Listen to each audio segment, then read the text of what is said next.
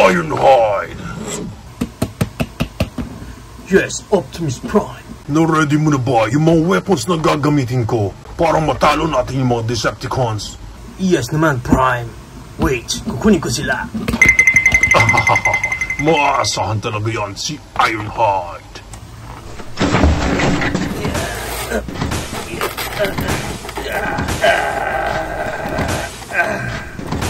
Yan. Ito na lahat, Prime. Wow, astig. And ito na nga guys, ang review natin for today. This is the upgrade kit for Optimus Prime Bayway Star Leader TW22. Siyempre, inimbento ko lang yun, no? Kunyari nababasa ko. Pero, pag binili mo siya, ganyang klase packaging. Meron siya wrap sa likod and sa gilid. Basta, regular brown box lang siya.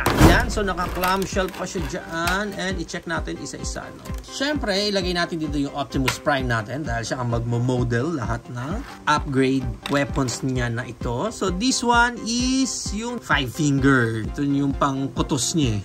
And try natin ikabit itong kanyang pang-kutos. And I think sisiksik mo lang yan din sa kamay niya. This one, ganun din sa kabila.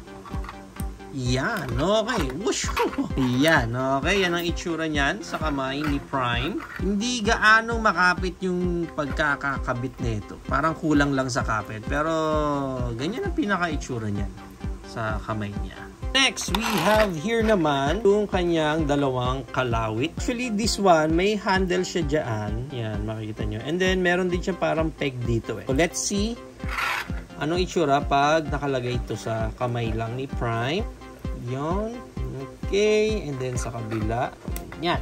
Okay, yan ang pinaka-itsura niyan, yung kanyang kalawit. Ganda rin yun. Ganda rin sa kanya. Ganda rin ng details ng mga Energon hook. Energon hook ba tawag dito? Pero try naman natin ngayon yung may peg kasi nga dito eh. Ayan, try natin. Saan ba pwedeng ilagay ito? Parang pag ganyan, pero ang awkward kasi alam mo hindi siya dyan. Nagkataon lang na nagkasya siya doon sa peg niya na yan. Wala eh. Wala. Hindi ko alam kung para saan itong mga pegs niya na to. Walang ibang pwedeng pagkapitan eh. And next, let's try naman itong kanyang dalawang bang bang here. Ayan ang details yan. Dalawang piraso yan, pero check na lang natin itong isa. Maganda yung effect na ginawa nila dito sa harap. Ano? Parang ang beses na nagamit itong baril na to. Pwede natin yan ipahawak ulit kay Optimus Prime. Yan.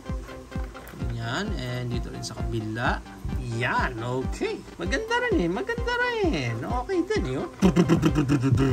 And next, we have here naman yung kanyang, aray ko, sakit, sumasabit sa akin. Matalas itong kanyang silver axe. Yan ang details niyan. Pwede natin ipahawak na yan. Yan, no? Ang ganda ng axe.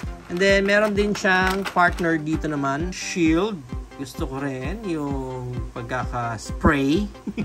Halatang in-spray lang. Bish, ginanon lang. Yeah, yung pagkaka-spray sa kanyang shield. Okay din naman yung details sa likod niyan. Ganyan lang. Pero meron din siyang hawakan dito. Yan. Okay? Now, may dalawang peg siya dito. I'm not sure kung saan mo pwedeng magamit ito. Eh. Pwede kaya siyang maikabit dito. Wala eh. Wala siyang ibang pagkakabitan. Pwedeng paganyan. Pwede. Paganyan yung shield niya. Eh, ang awkward naman. Pero may hawakan naman eh. May hawakan. Okay, so meron nga naman siyang hawakan. Ba't di natin gamitin yung kanyang handle dyan? Para sa kanyang shield. Yan, no? Parang ang taas lang na hawakan ng shield niya. I was expecting na nasa bandang taas para mas mababa ng konti. And anyway, ito na si Optimus Prime sa kanyang axe and shield. Clang, clang, clang. Pero hindi lang yung axe na yan ang meron siya dahil meron pa siya dito isang Energon axe. Yan. Magkaiba ng design itong dalawang axe niya na to. Obviously, this one is mas maganda dahil mas mahaba siya at translucent yung pagka-orange niya. Mukha talaga siyang Energon axe. Ang laki. Ang haba eh. Tapos may mga design pa siya dun sa... Ito pala, sa bandang dulo pala yung natatanggal. Yan. So, tsaka mo siya ilalagay dyan. Then, balik mo to. Yan. O, diba? Sige, lumaban ka ngayon, Megatron. Clang, clang, clang. So, para siyang si...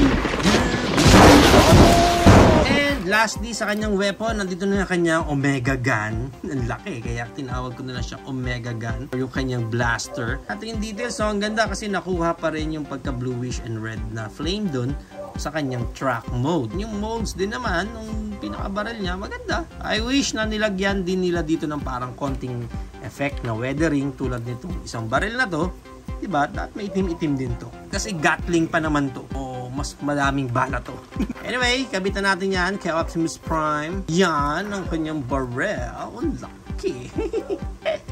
Jeng, jeng, jeng, jeng, jeng. Para siyang Terminator. No? Lalakad siya. I'll be back. Ang laki. Medyo hindi na ako sold sa barrel niya na to. I think this is too much na. Para sa size niya. Too much na. Yung hindi na out of proportion na yung barrel niya na to. For me, mas bagay pa itong mas malilit niya na barrel. Tapos dalawa nga hawak. Just in case wala ka napili dito sa mga upgrade weapon ni Prime, always mo naman pwedeng gamitin itong mga weapons na kasama sa mismong Optimus Prime natin dito na figure. And kung di mo pa napanood yung full review natin sa Optimus Prime na to, kasama namang weapons din niya na to, panoorin mo lang yan. Link niya na nandyan sa upper corner ng screen ninyo. Ang price range ng weapon pack na to is around mga nasa 250 to 500 pesos. Well, depende na lang kung saan kayo makakuha ng specific copy nyo ng buong set na ito. And again guys, yung price na yun hindi kasama yung Optimus Prime. Sold separately itong Optimus Prime na to, kasama niya itong mga weapons niya na yan.